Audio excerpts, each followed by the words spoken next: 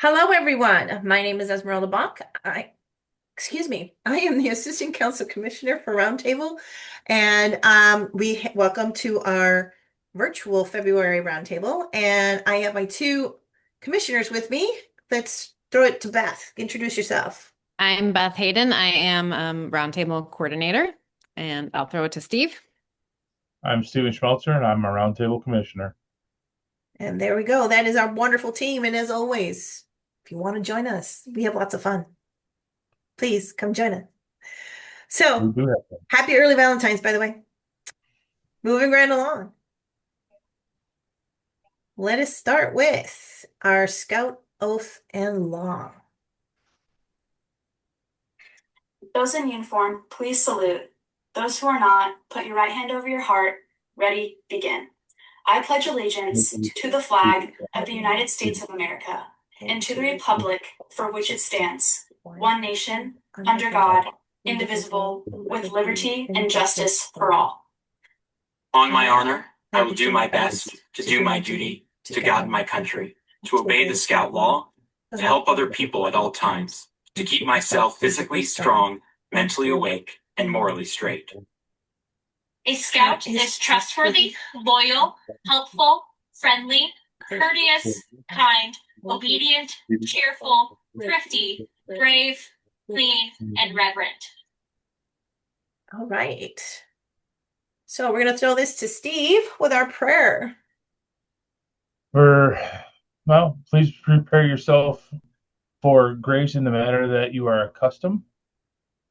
O God, your will is that all your children should grow into fullness of life. We lift to you the ministry of scouting.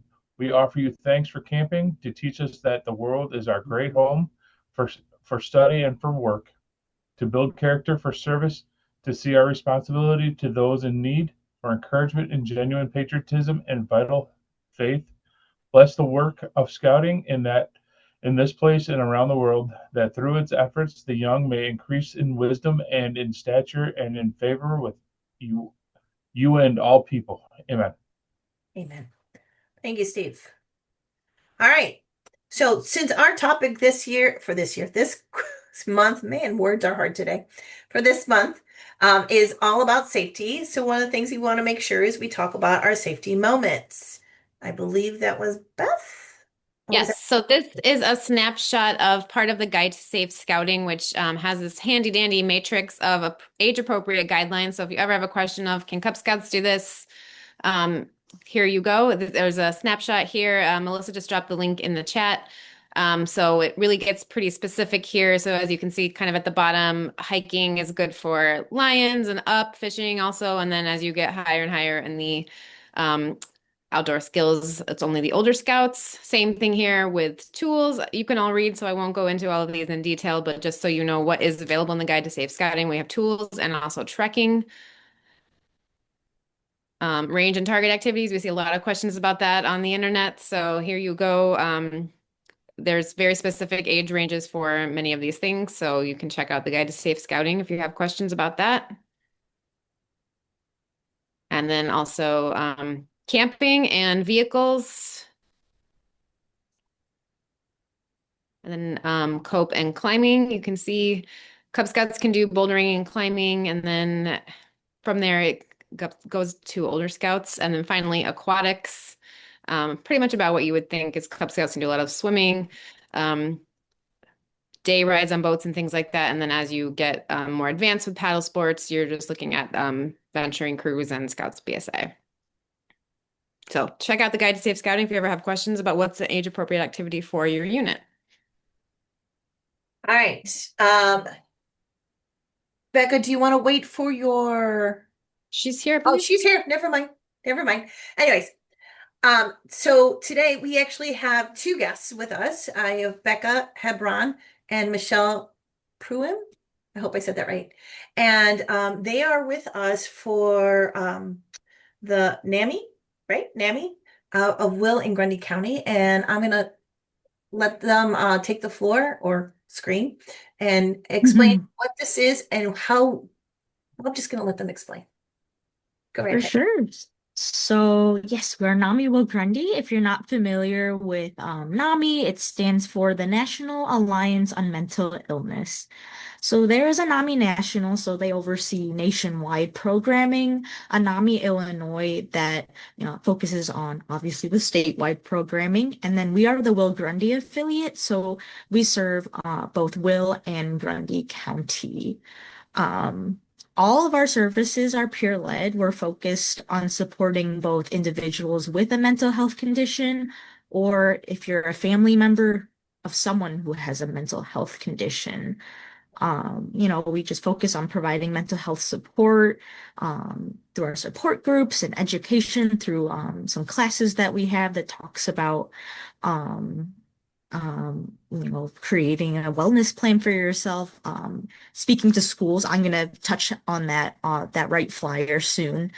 But yeah, mostly focused on, breaking the stigma surrounding mental health and supporting those in our community. I'll talk about these two services that we see on the screen right here. So Calm and Connected is actually our teen support group. We tried to rebrand it recently, so we named it something cool and chill. But it's just a safe space for teens to come. We've had ages from 12 to 18 come to the group. And we just talk about, life during high school, what it's going to look like after high school. It's in partnership with Trinity Services, so um, there actually is a licensed clinician that sits in and also helps facilitate the group. But we just kind of talk about topics like last week we talked about the pressures that we feel in our life, the pressure from school or pressure from friends to fit in or pressure from our family to succeed. Or, if they want to talk about something that they bring to group, we're also open to that. So that's a program that's growing from the past few months. And on the third Wednesday, we actually have a family roundtable. So that's an opportunity for parents or caregivers to connect with other parents that may be supporting a teen struggling with a mental health concern. So yeah, a safe space for them. So that happens every first and third Wednesday of the month, with the parent roundtable being the third Wednesday of the month. I also help co-facilitate that, so I'll be a familiar face. And then NAMI Ending the Silence. Yeah, that's one of our big programs where we go into the schools. So Ending the Silence aims to reduce the stigma surrounding mental health and talk about what are the warning signs of a mental health condition, why mental health is just as important as physical health, how our language matters when we talk about mental health, and other basic knowledge on mental health conditions. It's a 15-minute presentation, and we typically present to either health classes in schools, so if they're covering mental health in their unit, or we've been hoping, to present to youth groups. So if, ever one of your troops would like us to come and, present Ending the Silence, we would be more than happy to. There's opportunities for interacting with students. And yeah, there's also two versions where it's meant for staff, like school staff, and then also parents. It has some of the same information, but more about how, if your child comes to you and wants to talk about their mental health, how would you approach that? So that's also another opportunity if ever if troop leaders would be interested in learning more about mental health. That's a resource there. So, when it comes to adult services, because I know, you want to support your own mental health too, for sure. We have our two support groups that are Connections, which is if you're struggling with a mental health concern, and you don't need to be diagnosed with a mental health condition. It can just be, I'm struggling with some stress lately and I just need a place to talk about it. It's a great place to go, a very supportive community. We have our family support group, um, which, supports the family members who have someone who has a lived experience with mental health condition. Um, and then we have other classes like Family to Family, which is a little more in-depth education about mental health and supporting a loved one. We have RAP, our Wellness Recovery Action Plan. That's another class. We also have Spanish programs available as well. So, if you have people that are primarily Spanish speaking, we have resources for that. I know Michelle wanted me to touch on a one-time presentation that we do, workplace wellness. Is Michelle still here? Yes, Yes, she is. she is still here. If you want to talk more about workplace wellness, I'm not the most familiar with it, but go ahead. Sure, sure. Well, it kind of summarizes and includes everything you just said, Becca, where we will bring a program to, we call it workplace wellness because it's often done at workplaces, like a lunch and learn sort of thing, but it can be tailored to meet the needs of the workplace. So we've talked to staffs of all kinds, corporate, social services, faith-based, anything in between, where we talk about what mental health means, what it looks like in our community, what it looks like in the workplace. Some workplaces experience a secondary trauma if you're working with people that they themselves are in a hard spot. And then resources that are available. NAMI is one in the community, but there are certainly several. And so we just introduce to the audience different ways in which they could seek support for themselves or their family members. Awesome. Does anybody have any questions in regarding to any of this information? I do have one. So the information, the contact information that we have here is where we would reach out to both either Michelle or Becca? If a unit Yeah. wanted to contact you and maybe have something at a troop level or at a crew level? Mm-hmm.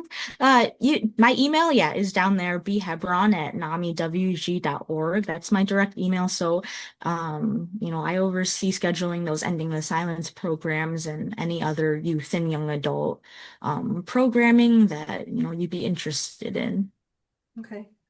I thought I saw something come in on a chat, maybe. I, ca- I think someone was I thanking us, which I I appreciate posted that. Thank the you. link for their website. Oh, okay, wonderful. And may I just add one quick thing? Sorry, I Absolutely. think Becca said this, but just to emphasize, all of our services are free, and we don't care where you live. And so we're NAMI Will Grundy, but we have people from surrounding communities that are not represented by a NAMI affiliate come to our programs.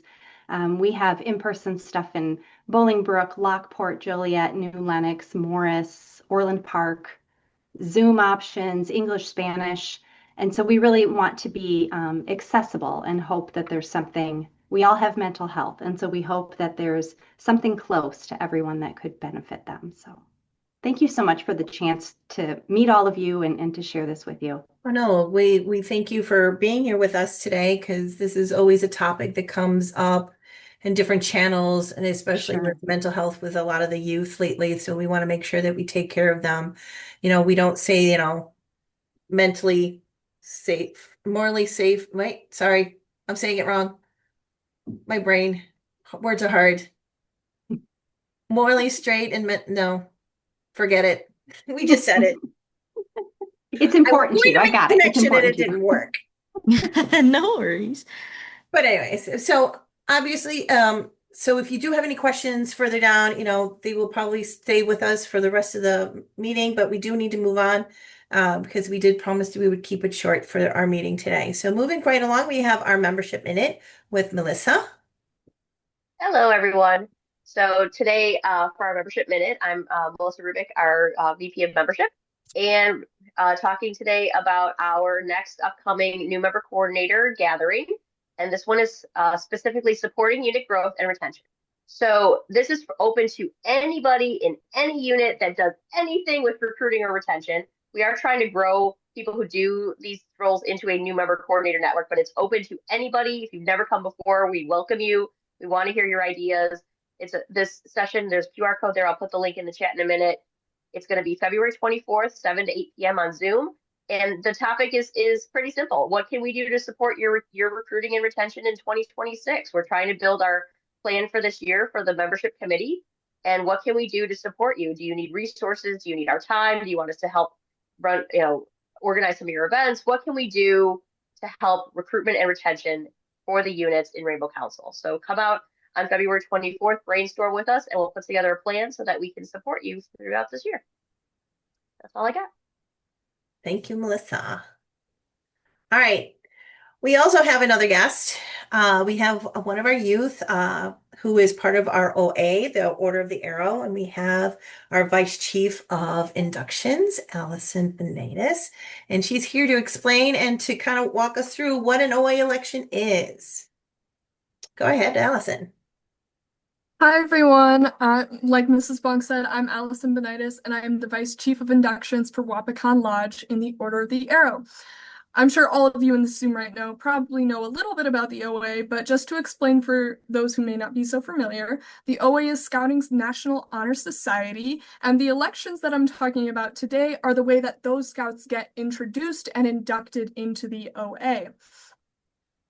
One of the stigmas that I hear a lot about the OA, specifically from adult leaders, is that the OA steals your scouts and like uses them in a different sense. And like there's all these different activities and other things that they get to do. What we teach in the OA is all about service and leadership that they can bring back to the troop to strengthen their ties there. This is the Honor Society. It's not a separate society or organization. It is inside of Scouting. So the OA elections themselves, what I have sent out an email to all of the unit leaders. If you don't think you've received it, check your junk mail or anything else. If you haven't received one, reach out to me. I will drop my email in the chat. It is vcinductions@oa197.org. So if you didn't receive an email, those emails are very important. Those have the links that allow you to request a unit election. When you go to request a unit election, there is a link in that email. You click that link and you will put in some information about your unit, where you're located, and then 3 dates and times that you would like to have an election. That will be sent to your chapter chief. The chapter chief for the Northern chapter is any troops or units above I-80, north of I-80, and then the Southern chapter is anything south of I-80. So those 3-date requests will be sent to that chapter chief. They will choose one and it will send you an email confirming that this is your unit election date. We will have 2 or 3 representatives from your chapter come in, talk about the OA a bit, and you guys will vote. Something that has newly been implemented last year with our OA elections due to new national standards is that the election results will be announced at the unit election.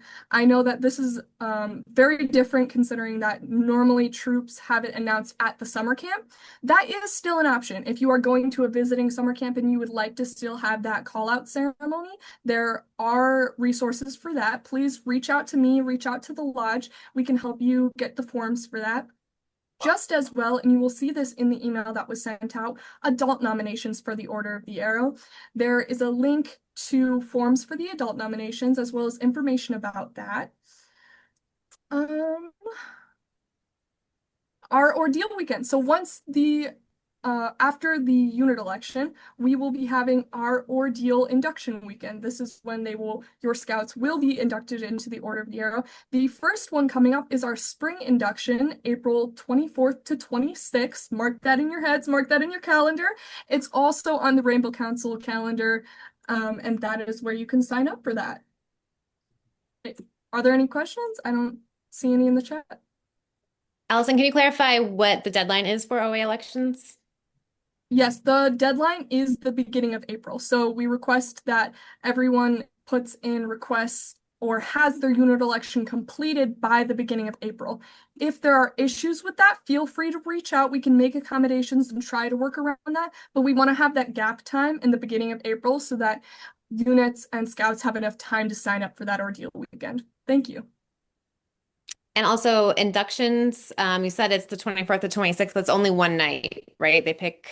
Yes. Yeah. So there are 2 opportunities in that weekend. Like Mrs. Hayden said, it is one night event. So there will be one going on from Friday to Saturday and then one going on from Saturday to Sunday. Great. Any Thank other you so questions? much. Okay. Thank you, Allison. All right, this is our Q&A session. So what we're going to do is we're going to go ahead and stop this recording. And so let me do that first. Stop the share and stop.